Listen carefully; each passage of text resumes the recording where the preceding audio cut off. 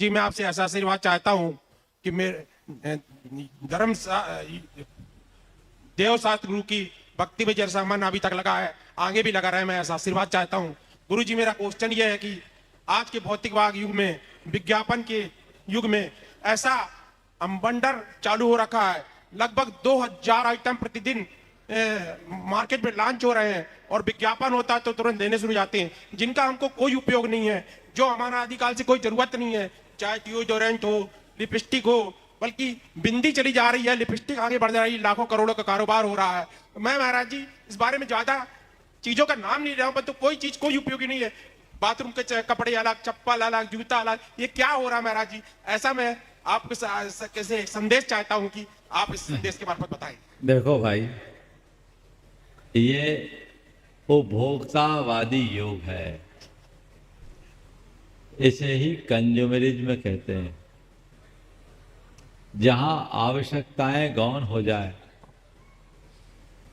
और उपभोक्ता की आकांक्षा को जगा दी जाए,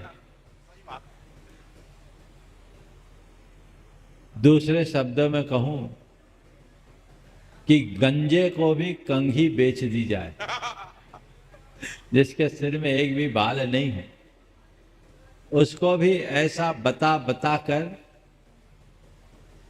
कि इसका इस्तेमाल करो बाल उग जाएंगे, उसका नाम है कंज्यूमरिज्म। समझ गए? ये होता है, हर युग में होता है, और इसमें लोग अक्सर धोखा खाते हैं। तुम्हारे सवाल के जवाब में एक प्रसंग मैं कहूंगा और मैं समझता हूं उसमें सारी बात आ जाए। एक आदमी मरा सपने में, और मर करके यमलोक में पहुंचा। उसका लेखा जोखा देखा गया, पुण्य पाप दोनों बराबर था। यमलोक के अधिकारी ने कहा कि भैया तुम्हारा पुण्य पाप दोनों बराबर है, तुम ये बताओ कहाँ रहना चाहोगे? स्वर्ग में रहना पसंद करोगे या नरक में जाना पसंद? वो थोड़ा पसोपेश में पड़ गया, क्या चुनूं? तो यमलोक के अधिकारी ने कहा एक काम करो, तुम दोनों जगह घुमा, उसके बाद तुम जहां चाहोगे वहां हम तुम्हें शिफ्ट कर देंगे। वो गया, सबसे पहले स्वर्ग गया।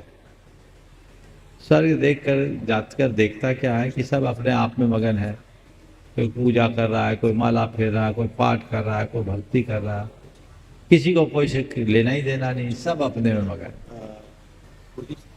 हद हो गई, ये तो बड़ी बैकवर्ड जगह है, यहाँ तो किसी को कोई लेना ही देना नहीं। चलो नरक चलकर देखते हैं। अब वह नरक गया।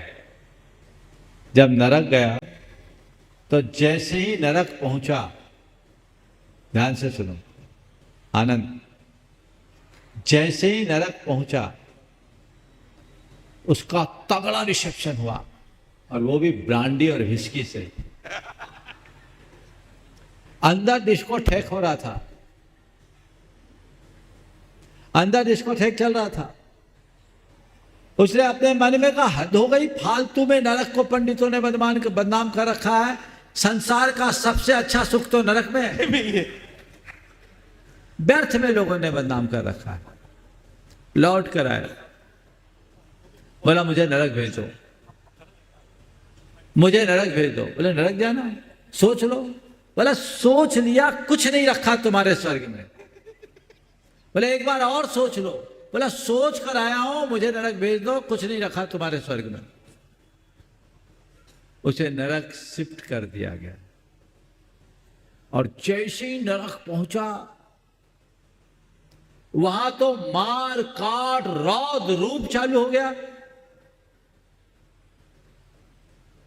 अब वो सब रूप देखकर वो तो हतबड़ा बढ़ गया। उसने कहा हद हो गई, अभी मैं जो देख के आया वो कुछ और नरक था, ये नरक कुछ और है, मामला क्या है? अभी जो मैं देख कर गया वो कुछ और था, और अभी जो देख रहा हूं कुछ और नरक है, मामला क्या है? उसने कहा भाई साहब वो नरक का विज्ञापन था, ये असली नरक है। यही हाल है। इसलिए इन सब चीजों में मत उलझो। बहुत पहले किसी की पंक्तियां पढ़ी थी, फिसलो न यारो ऊपर की सफाई पर, फिसलो न यारो ऊपर की सफाई पर, बर्क चांदी का चढ़ा है गोबर की मिठाई पर। समझ गए? जी, गुरुजी, नमोस्तु।